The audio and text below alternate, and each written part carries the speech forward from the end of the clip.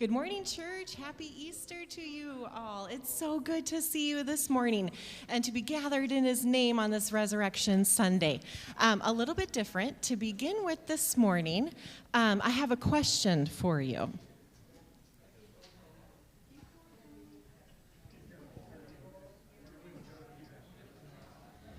Are you past the point weary? Is your burden weighing heavy? Is it all too much to carry? Let me tell you about my Jesus. Do you feel that empty feeling? 'Cause shame's done all it's stealing, and you're desperate for some healing. Let me tell you about my Jesus.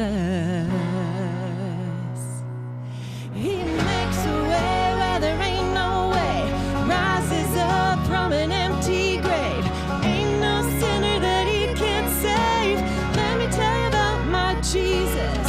His love is strong and his grace is free. And the good news is I know that he can do for you what he's done for me. Let me tell you about my Jesus. Let my Jesus change your life. Hallelujah.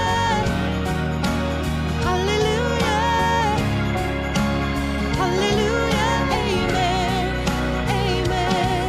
Who can wipe away the tears from broken dreams and wasted years and tell that past to disappear? Oh, let me tell you about my Jesus and all the wrong turns that you would go and undo if you could. Who can work them all for your good? Let me tell you about my Jesus. He makes a way where there ain't no way. He rises up from an empty grave. Ain't no sinner that he can't save. Let me tell you about my Jesus. His love is strong and his grace is free. And the good news is I know that he can do for you what he's done for me. Let me tell you about my Jesus. Let my Jesus change your life. Hallelujah. We sing hallelujah. Yes. Hallelujah. Amen. Amen. Amen. Who would take my cross to Calvary, pay the price for all my guilty? Who would care that much about me? Let me tell you about my Jesus. Oh, he makes a way where there ain't no way. He rises up from an empty grave. Ain't no sinner that he can't save. Let me tell you about my Jesus. His love is strong and his grace is free. And the good news is I know that he can do for you what he's done for me. Let me tell you about my Jesus. Let my Jesus change your life. Hallelujah. Hallelujah. Hallelujah. Amen. Amen. Hallelujah. We sing hallelujah. Yes. Hallelujah. Let my Jesus change your life. Hallelujah.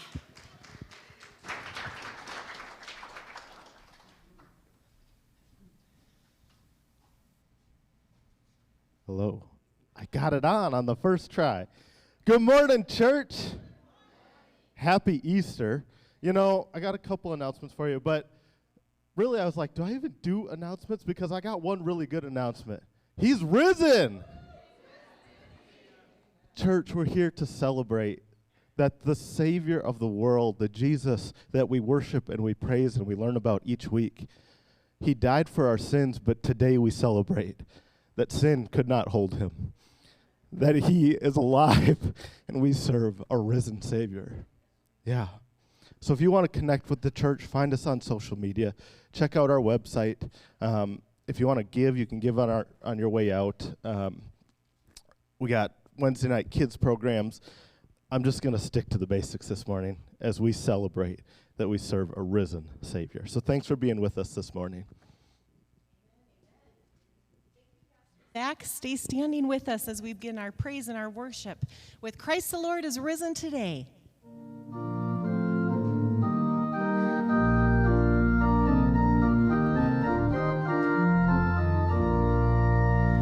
Christ the Lord is risen today. Hallelujah. Sons of men and angels say, Hallelujah. Raise your joys and triumphs high. Hallelujah. Sing ye heavens and earth reply. Hallelujah. Lives again our glorious King. Hallelujah. Where, O death, is now thy sting? Hallelujah. Dying once, he all doth save. Hallelujah. Where thy victory, O grave? Hallelujah. Love's redeeming work is done. Hallelujah. Fought the fight, the battle won. Hallelujah. Death in vain forbids him rise. Hallelujah. Christ has opened paradise.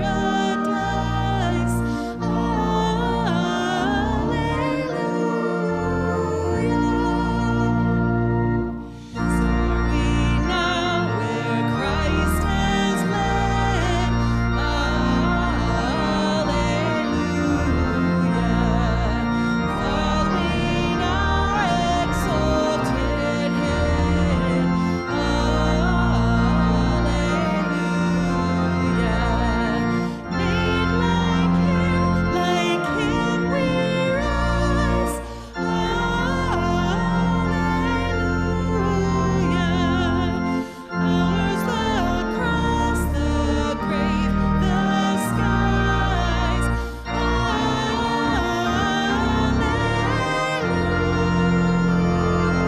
Hallelujah. Amen, amen. Yes, we praise you and thank you, Jesus. You are the King of Kings. Oh, the whole road that he traveled, how he came humbled as a baby for us as he lived his life. We're going to talk about that.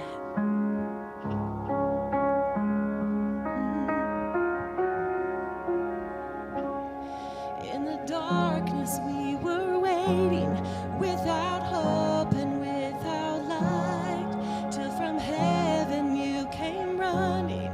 There was mercy in your eyes to fulfill the law and prophets.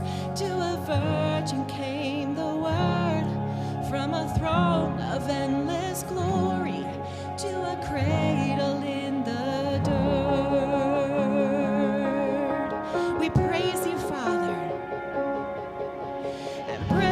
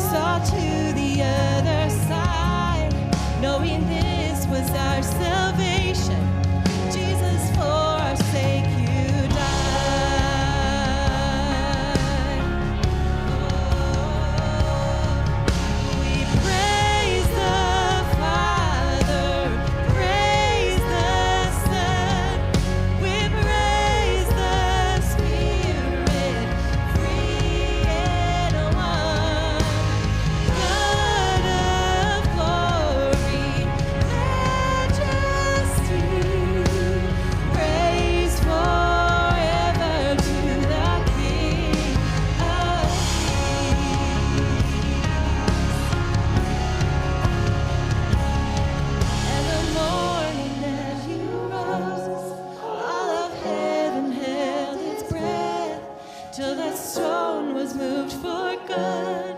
For the Lamb had conquered death, and the dead rose from their tombs, and the angels stood in awe for the souls of all who'd come to the Father are restored, and the church of Christ was born. Then the Spirit lit the flame. Now this gospel truth of old, it shall not kneel, it shall not faint. By his blood and in his name, in his freedom I am free. For the love of Jesus Christ, who has resurrected me.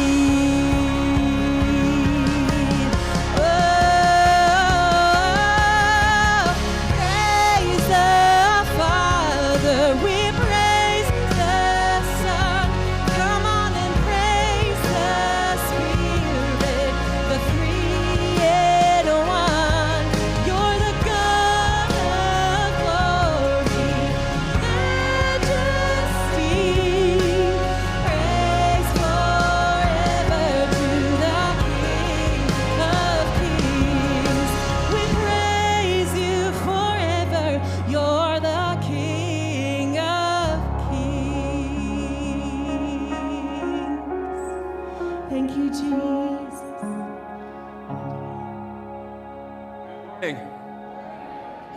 He is risen. Oh, so are you aware he's risen indeed? Because it sounds like you're not quite sure. Let's try it again. He is risen. And that is our hope. Would you please reach around, grab somebody, go ahead, and if they'll let you, hug them. Get their permission, maybe?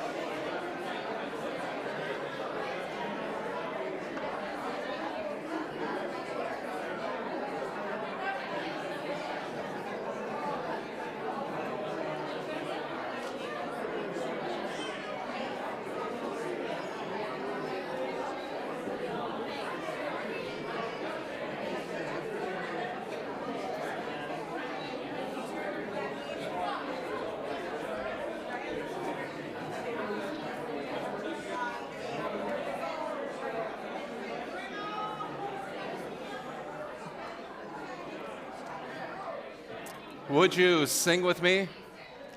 Oh, come, let us adore him.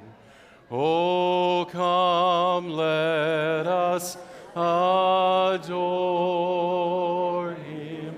Oh, come, let us adore him. Christ the Lord, for you alone are worthy, Father, for you alone are worthy, for you alone are worthy, for you alone are worthy.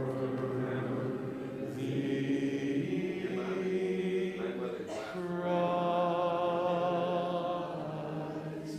the Lord. Here's one we've sung the last couple of weeks. Jesus loves me, this I know, for the Bible tells me so. Little ones to him belong. That's us. They are weak, but he is strong. Sing it with me. Yes, Jesus loves me. Yes, Jesus loves me. Yes, Jesus loves me. The Bible tells me so. So that's what brought us to church this morning, wasn't it?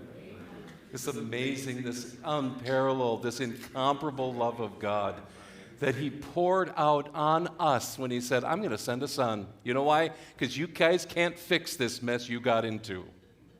There's absolutely no way you guys can redeem yourself. Oh, I know you're going to try. You're going to think you're good enough, but you're not. You're not. You can't pull this off. And so something has to happen. Something unique, something unbelievable, something driven by God himself has to happen in order to reconcile the relationship, there's a big word, reconcile the relationship between us and our sin and God. And he said, I got an idea. Man, my son's not going to like this at all. I'm going to send him to earth and squeeze him into an earth suit. And for 30 years, he's just going to go on this life. And then after about 30 years or so, he's going to start performing miracles. He's going to start teaching lessons. He's going to have people follow him. But it's going to culminate in him coming into Jerusalem on the back of a donkey. And that path is going to take him straight to the cross. Oh. Now, we know that Jesus didn't like it because when he was in the Garden of Gethsemane, he said, Father, if there's any way you can take this away from me, would you please do that? And Jesus and God, Father, obviously had the plan in place. He'd been setting that plan since the garden. And he said, but nevertheless, I'll do it. I'm going to go through with the plan. I'm not going to really like it, but I'll go through it with the plan. And 3 days later, he rose again. Amen? Oh, what a story. What a great story. What a great truth. What an amazing truth that God gave us.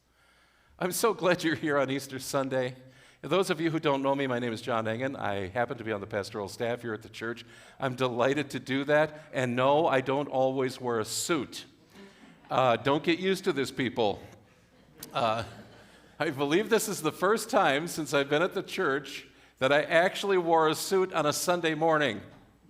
And I'm already sweating like crazy, so bear with me if you would, please. So I was 20 minutes late. I got caught in traffic. That was the problem. I got caught in traffic. I was supposed to register for classes in my seminary course, and it was the last semester, and there was this 2-hour class that I really wanted. And I got there 20 minutes late, and when I finally got up to the teacher of that class so I could register for the class, he said, oh, I'm really sorry, the class is full. How can it be full? It's a senior level class. I know how many people are supposed to go into the class, and there are not as many seniors as the number of people you're accepting. He said, oh, we accepted some of they call them middlers in seminary. So you only go 3 years in seminary. They call them middlers. And he said, well, a bunch of middlers want to take the class as well. So I'm a senior, they're middlers, but they get to take the class. And he looked at me and said, precisely. I was really disappointed, but I needed 2 credits to graduate. And so I went over to the academic advisor and I said, so I can't get into that class. Is there any other class that happens to meet at that time with those 2 hours? And she said, well, there is one, and there's plenty of room in it. And I thought, well, that's not a good thing at all. If no one wants to take the class, I don't want to take the class. And she said, no, there's plenty of room. What's the name of the class? I almost said, please, what's the name of the class? She said, are you ready for this one? Comparative Christian Traditions and Rituals. Man. And I said, I told her, I said, well, sign me up, but man, I'm not buzzing with excitement over this thing. That was one of the best classes I've ever taken in my life. It was absolutely fascinating. I mean, seriously, because what they did was they took this great big large umbrella that's called Christianity, which, by the way, has a lot more stuff jammed in under it than you may think. There's a lot of stuff that you go, I'm not sure that I would call that a Christian organization, but anyway, they put all that in there, and what they did through the whole semester, all 18 weeks, was take all these different things that the church does as traditions, as rituals, and kind of explain their origins. How do we get those things? Where did they come from? Why are they there? Why are we still doing this? Fascinating class, absolutely fascinating. So we talked about some of the rituals, especially around Easter time, because I don't know what it is about Easter that's so different than even Christmas, because in Easter, everybody kind of squirts off in some really interesting directions, not the least of which, say, for the Philippines, there are people on Good Friday that allowed themselves to be nailed to a cross. That they dragged these large, real-size crosses through the streets of some of the Filipino towns, and at the end of it, they nailed 3 guys to a cross. I'm not sure God really likes that. I mean, seriously, I'm just saying, don't you think he looks down and he said, that already happened. You don't have to do that. But that's what they do. There's one guy that I looked it up over the weekend, that he's been crucified over 16 times. His hands are so scarred and so filled with brokenness. It takes him months to recover because they bring them right up to the edge of death. And when they asked him about it, he said, I think God smiles with a little more privilege on me. And my response was, if you were my kid, I would say, stop it. Why are you doing that? That crucifix, that's done. It only needed to be done once. You don't need to follow the path. You don't need to do anything like that. If you ever go to Jerusalem right around Easter time, you can rent a cross, a full-size cross. It's got a little wheel on the bottom of it. And people drag them through the streets of Jerusalem down the Via Dolorosa, the ways of sorrows. They drag them down there and they think somehow they're getting a little extra credit with God. They're getting a little bit more of the experience. And I understand that, because when you think in terms of what Christ did for us, and you say, there's got to be a way I can pay this back or at least feel his pain. But I don't know that God is looking and saying, listen, here's what I want you to do. I want you to mimic what went through. Done, over, complete. That's why when Jesus said on the cross, it is finished, he literally meant, it's finished. You don't have to do this anymore. The sacrifice is complete. And just wait till Sunday. If you think this is something, just wait till I get out of that tomb. So we discussed traditions, and we discussed rituals, and the rituals are kind of scary. A lot of them have to do with processions where people will lift effigies and things like that, and they'll walk through streets, all under the guise of Christianity. It's all a part of the ritual of what they do. Traditions are interesting, and that was one of the interesting parts that I really felt kind of leaning hard into in the class, because when they asked what our background was, I said, well, I come from kind of a loosey-goosey Baptist background, and I'm not sure we have traditions. And the teacher said, oh, yes, you do. And what? What do we do that's tradition? What do we do like that? And he said, well, then I learned almost probably 10 years later that, well, let me give the illustration. I was preaching at the Presbyterian church in Foley, and they didn't have a pastor at the time. My cousins went to the church, and they asked me if I'd fill the pulpit, and I said, sure, I'll come up. As long as you guys buy me lunch, I'll be just fine. So we went up to the Presbyterian church, and that's where my cousin said, by the way, you're not just preaching, you're running the service. And I said, I'm not a Presbyterian. I don't know what they're supposed to do. And he said, just follow my lead. So he read some scripture and he introduced me. And then I was supposed to take them through this path that they had taken before. And at one point we were standing and I said, you may be seated. And people looked at me like I had just told them, to kill your firstborn. They were horrified that I was telling them to sit.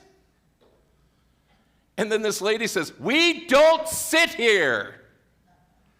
Oh, so I said, why are you all sitting? Please stand with me. I want you to stand. And then I realized what a ritual it was, what a tradition it was, because they stand here, they sit here, they stand here, they sit here, they say this, they say this. Don't you think that that's kind of cluttered the message a little bit? I think so. My curiosity in the class was, how do we get to that point? And usually it starts at this. Somebody says, I have an idea. Let's do this on Sunday.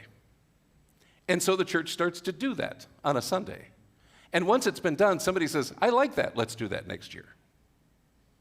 And then it turns into the next year, and the next year, and the next year, and the next year, and the next year. And now we've got a tradition. That's what we do. We do this all the time. This is what we do on Easter, or this is what we do for Thanksgiving, or this is what we do for Christmas. This is our tradition. This is how we go.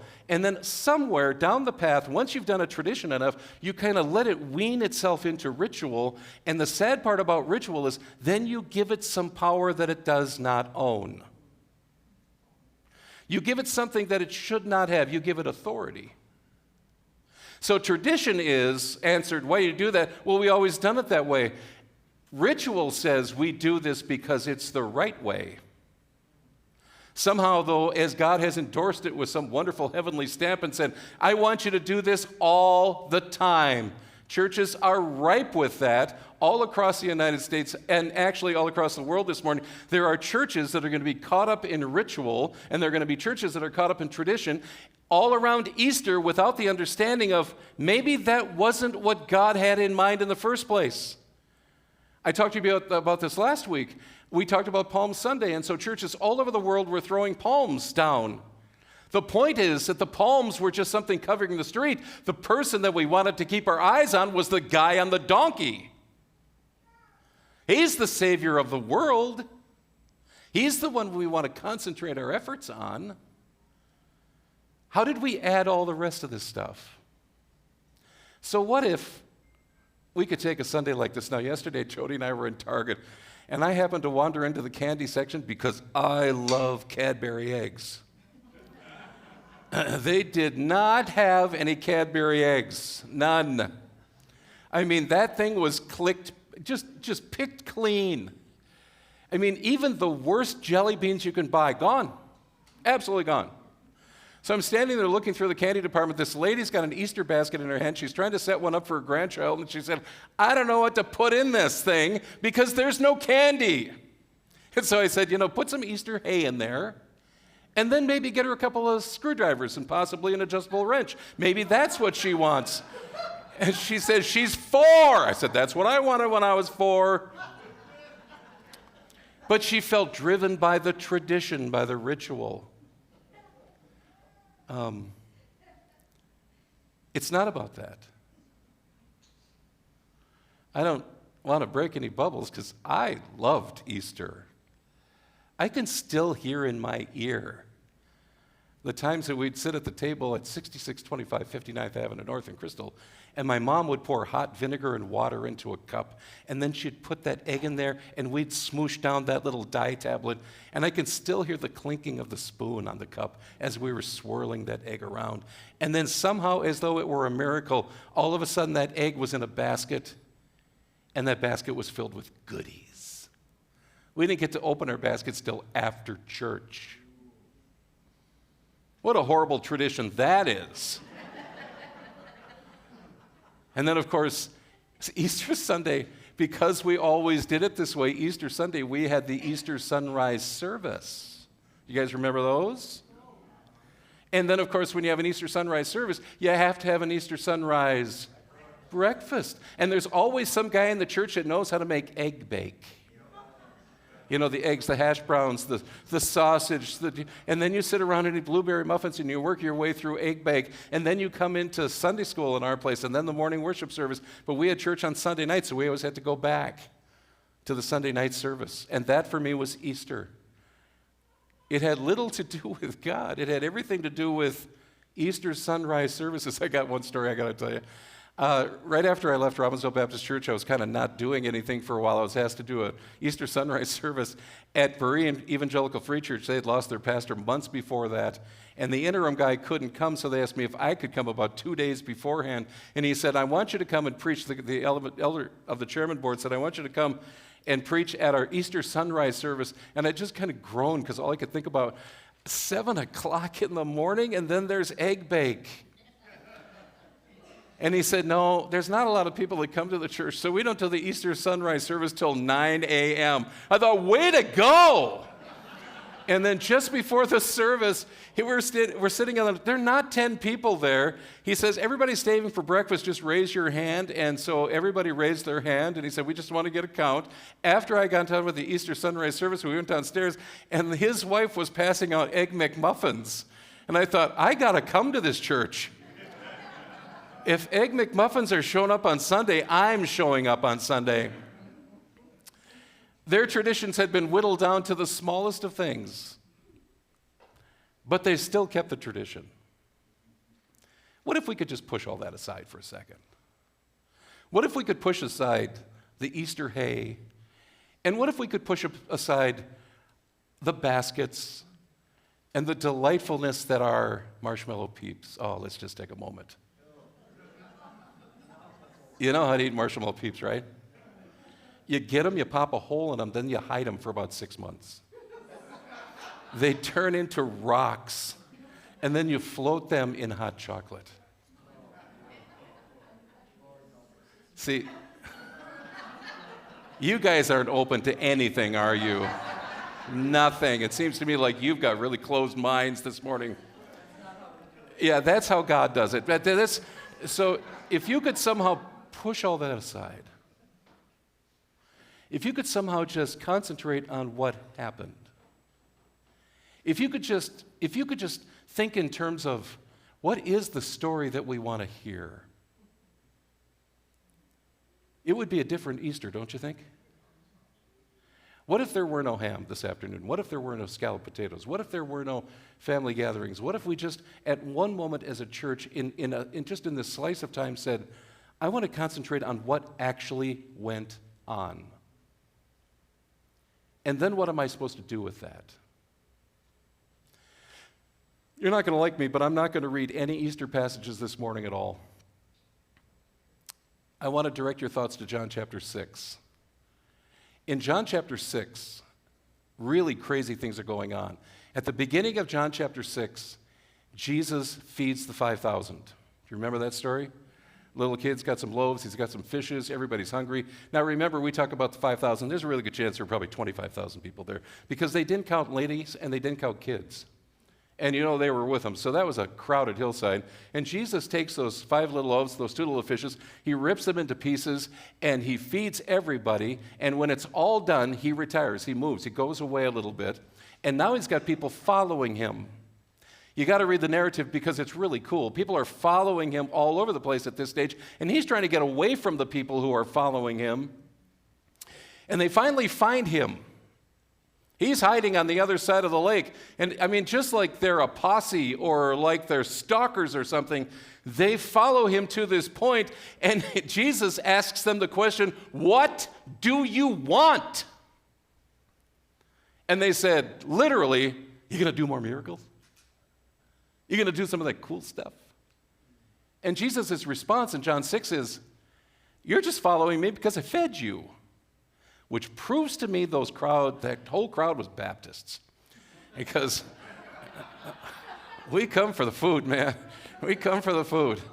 But they're kind of confused because Jesus has done this amazing thing. They're following around. Like now he's got this amazing authority, and all he asks them is, what do you want of me? What is it you're asking of me? You're just following me because you were hungry and I gave you some food. Their next question is, well, you got any more miracles in there? You going to do something cool? And Jesus says, no. No, I'm not going to feed you. And I'm not going to do anything else. And they ask this question, what does God want us to do? What a great question. With all the stuff that goes on around Easter, with all the stuff we've built in around it, with traditions and with rituals, I think the question that's got to be asked is, so what does God want to do with this? What does he want us to do with the message? What does he want to do with all the stuff around there? And the problem that I see is, and I'm not trying to present a problem that maybe doesn't exist because I think it does, I think it's hard to see Easter because we've crowded it in with all sorts of other things. Where do the bunnies come into this? And bunnies that lay eggs? That one has always confused me. I'm all good for chocolate eggs, but how did that stuff show up? And then how did we decide, yeah, that's the Easter story too? Isn't that interesting? Yeah, that's a part of this. How? How does that fit? There's always a takeaway with Jesus. And his takeaway to the people was when they asked the question, what does God want us to do? He answers it this way. The work that God wants you to do is this, to believe in the one he sent. It's as easy as that. It is.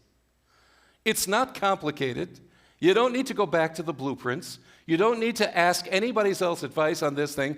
If you look at Scripture and you understand what God did when he sent his son to the manger, when Jesus walked this earth, performed his miracles, was crucified on the cross, with all that went on, with the resurrection on a Sunday morning, the question is, what does God want us to do with this? He wants us to believe in the one he sent.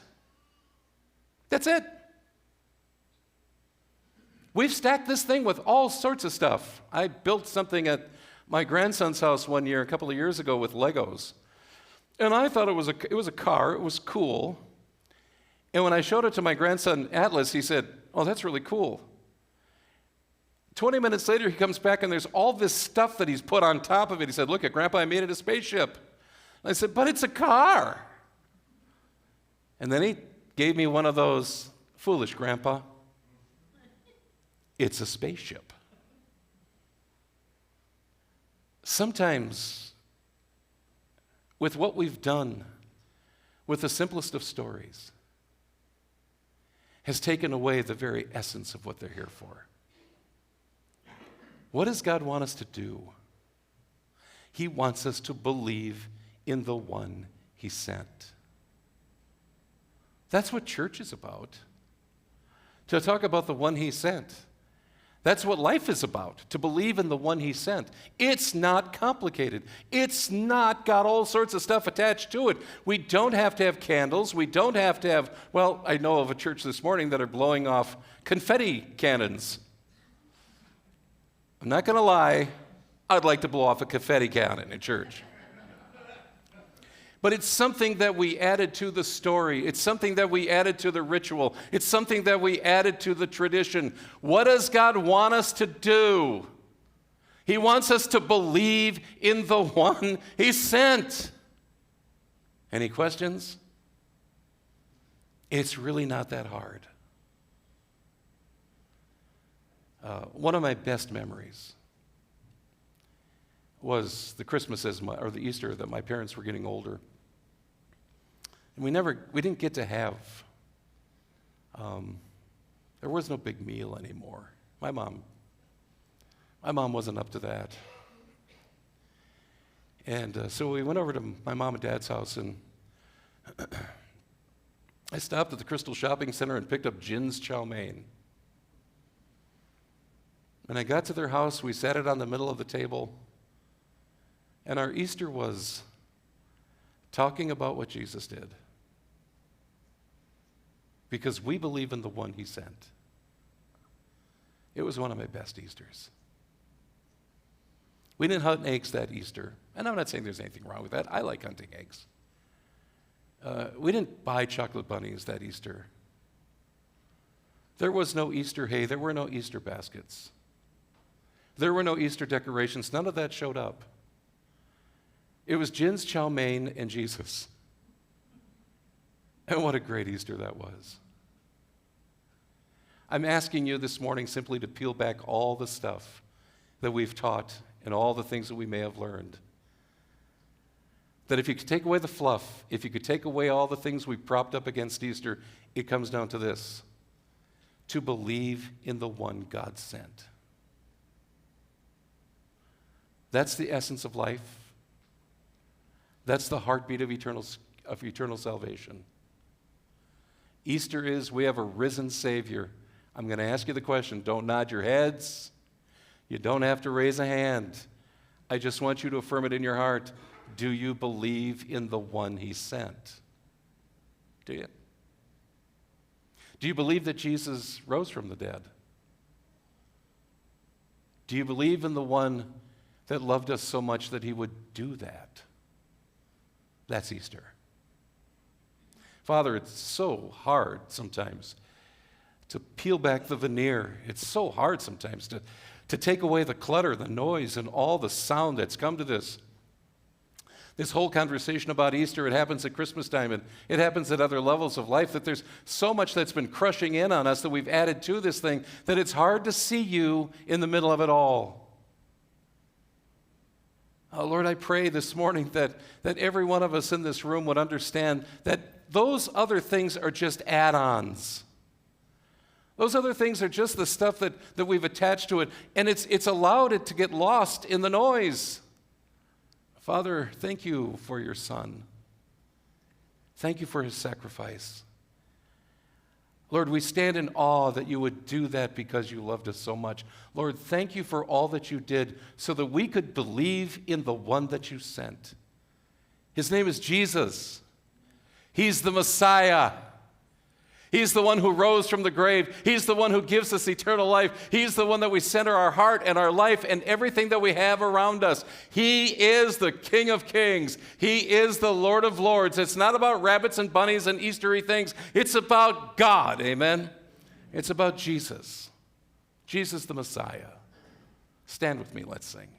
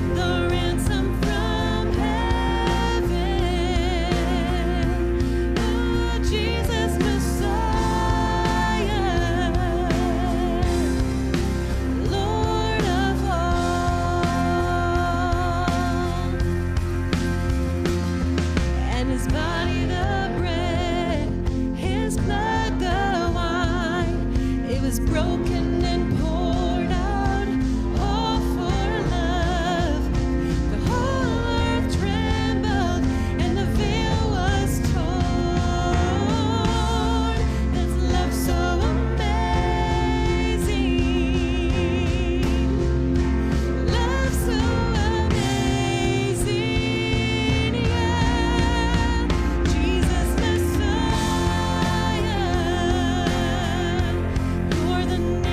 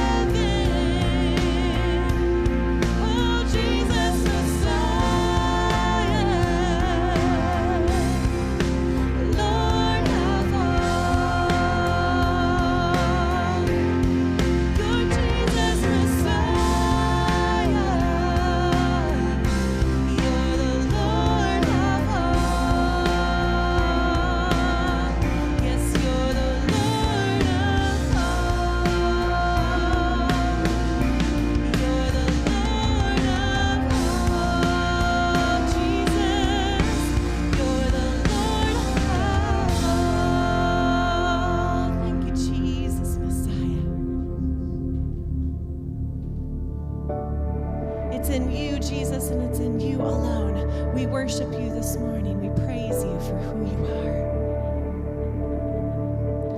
In Christ alone, my hope is found. He is my light, my strength, and my song. This cornerstone, this solid ground, firm through the fiercest drought and storm. What heights of love, what depths of peace, when fears are stilled and when striving cease. My comforter, my all in all, here in the love of Christ I stand.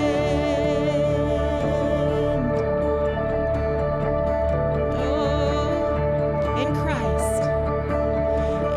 Christ alone, who took on flesh, fullness of God in helpless babe. This gift of love and righteousness, scorned by the ones he came to save, till on that cross, as Jesus died, the wrath of God, it was satisfied. For every sin on him was laid.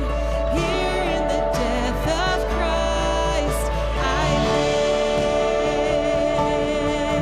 Oh, we live today because of you, Jesus. Oh, and there in the ground his body lay, light of the world by darkness slain. And then bursting forth in glorious day, up from the grave he rose again. And as he stands in victory, sin's curse has lost its grip on me. For I am his and he is mine, bought by the precious blood of Christ. On Christ the solid rock I stand. All other ground is sinking sand. All other ground is sinking sand. On Christ the solid rock I stand. All other ground is sinking sand. All other ground is sinking sand.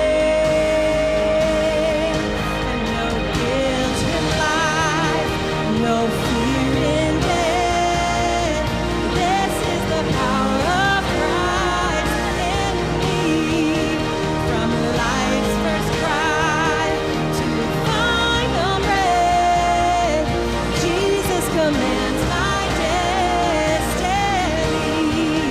No power of hell, no scheme of man can ever pluck me from his hand till he returns or calls me home.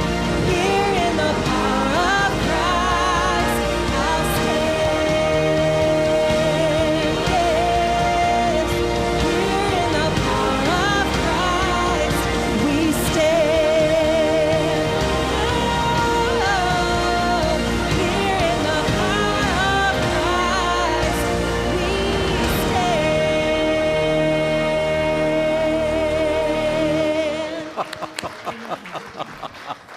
Did you notice none of those songs talked about the Easter Bunny? Did you see that? Did you notice those songs didn't talk about anything but the King of Kings and the Lord of Lords? That's Easter. It's the King who loves us so much that he would do what he did, that he'd give us eternal life. You know, the good news is life is not a power, it's not a walk of weakness, it's a power of strength. Because we walk in the resurrection power of Jesus Christ. We walk in his grace, we walk in his peace, we walk in his joy. Now, what are you going to do with all that? Lord, what do you want us to do? What does it say? Believe in the one God sent. In the name of Jesus, go in his peace and go in his power and go in his strength and go in his hope. Go in his might and go in his power. And go knowing this, that God is not dead, that Jesus is alive, that he is our King. Amen? Have a wonderful Easter, folks. Thank you for coming.